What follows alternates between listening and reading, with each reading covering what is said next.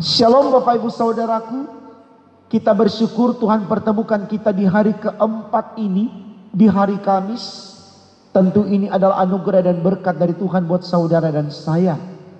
Mari kita maknai hari keempat ini dengan firman Allah supaya hidup kita semakin diberkati olehnya.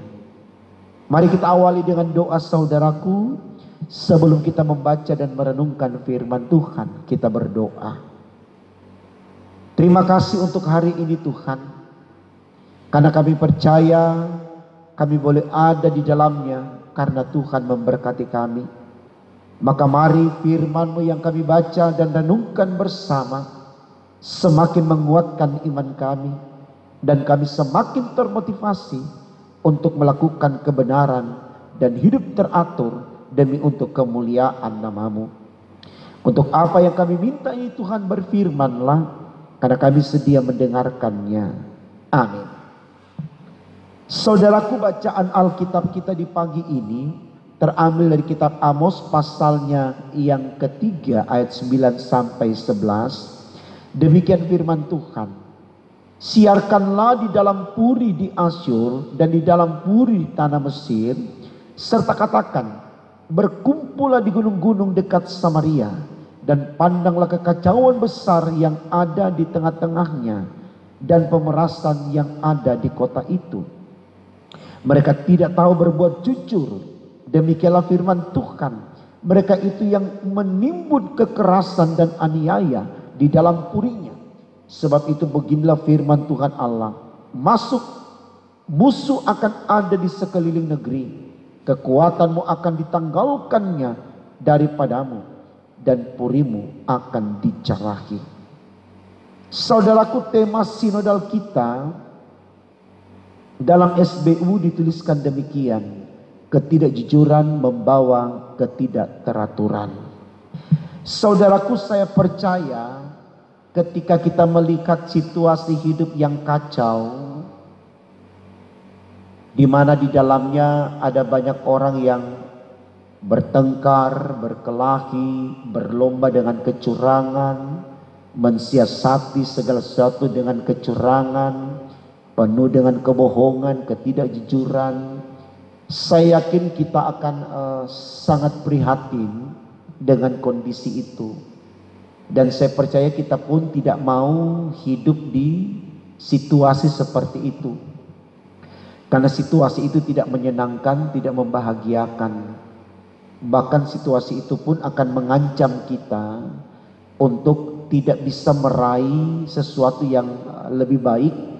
Karena di situasi kacau seperti itu, kita tidak bisa mengekspresikan hidup kita seluas yang kita mau. Semua serba terbatas, ya.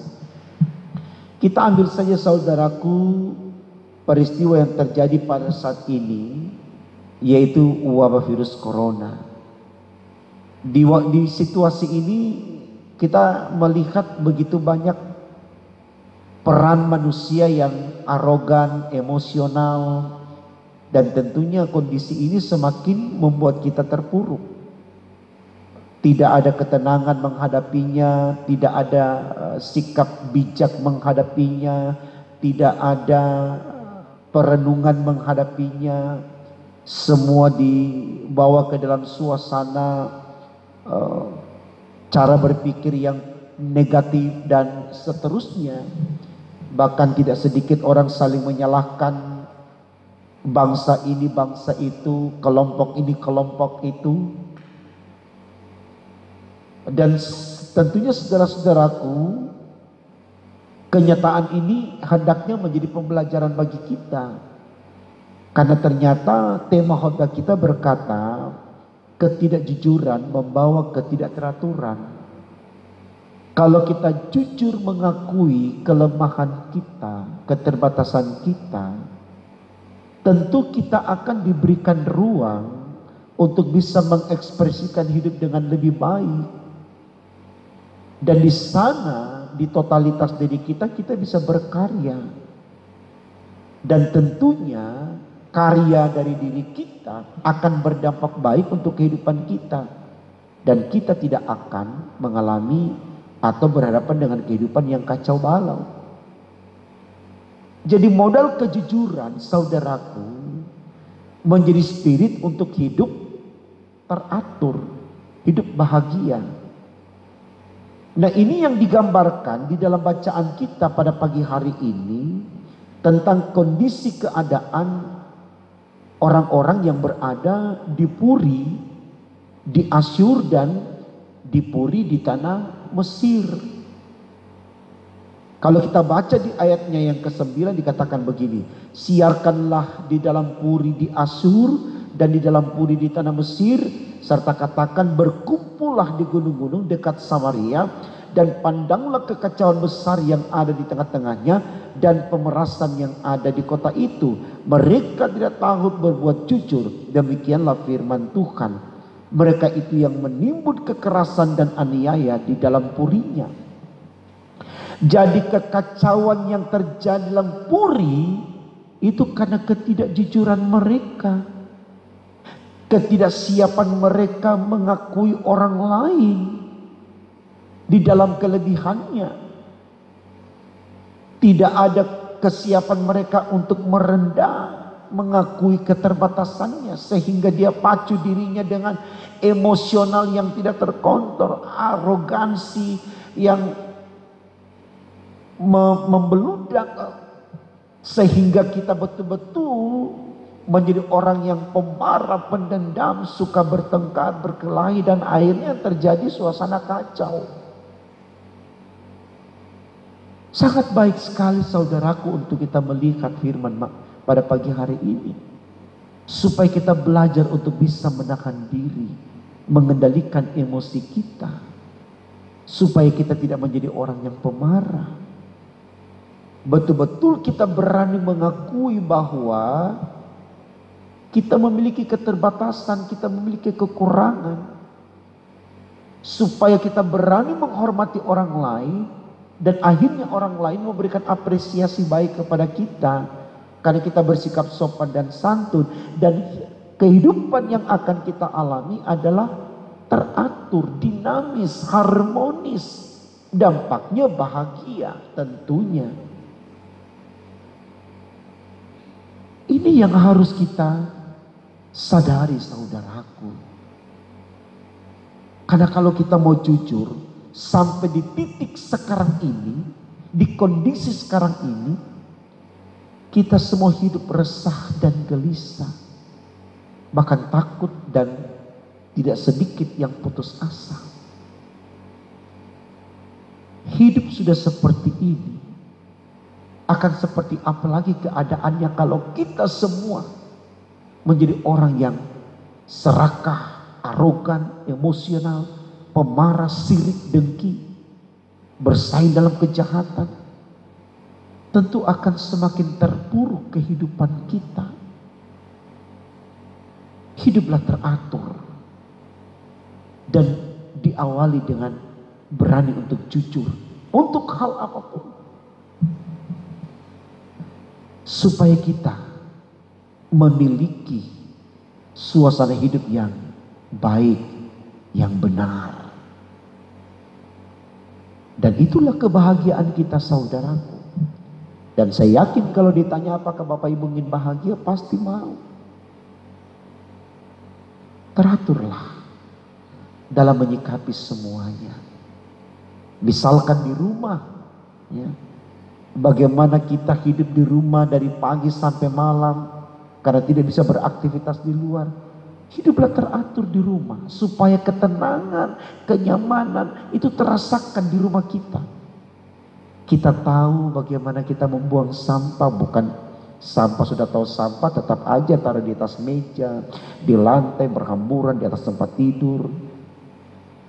Apakah tidak bosan situasi itu kepada kita yang menempati rumah dari pagi sampai malam dengan situasi yang kacau? Tidak ada senyum di rumah, tidak ada tawa canda di rumah. Semuanya orang dengan arogansinya, dengan emosinya, dengan muka sinisnya. Kesempatan kita membenahi kehidupan rumah tangga kita, saudaraku. Duduk bersama dengan keluarga, menikmati makan bersama yang selama ini kita tidak pernah pakai dengan keluarga kita. Saling bercerita, saling menyemangati satu dengan yang lain. Jadi corona ini bukan kebetulan, saudaraku.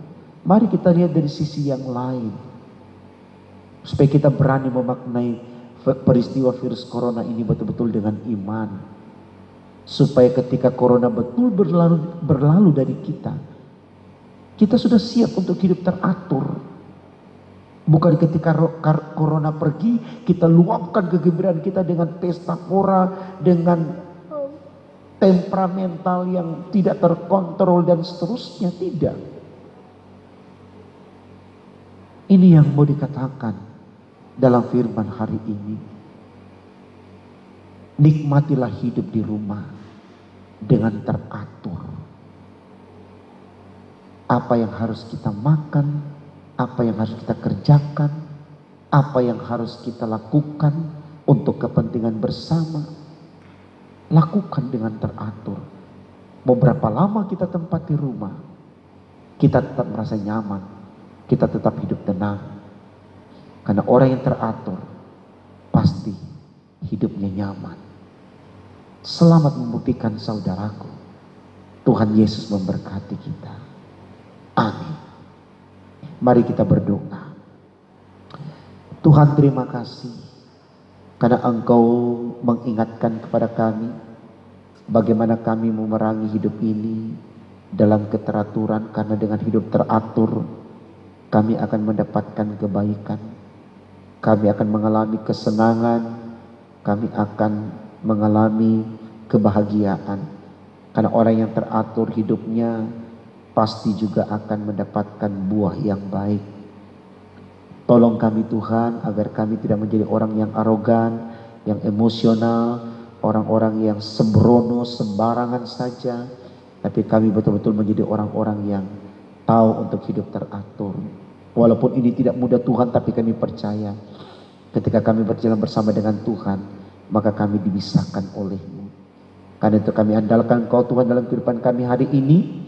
Sehatkan kami, kuatkan fisik kami, teguhkan iman kami dalam menjalani kehidupan hari ini demi untuk kemuliaan nama Tuhan. Dengarkan doa kami Tuhan, sempurnakan dan kabulkan. Karena kami berdoa hanya dalam nama Tuhan Yesus, Allah kami yang hidup. Haleluya. Amin.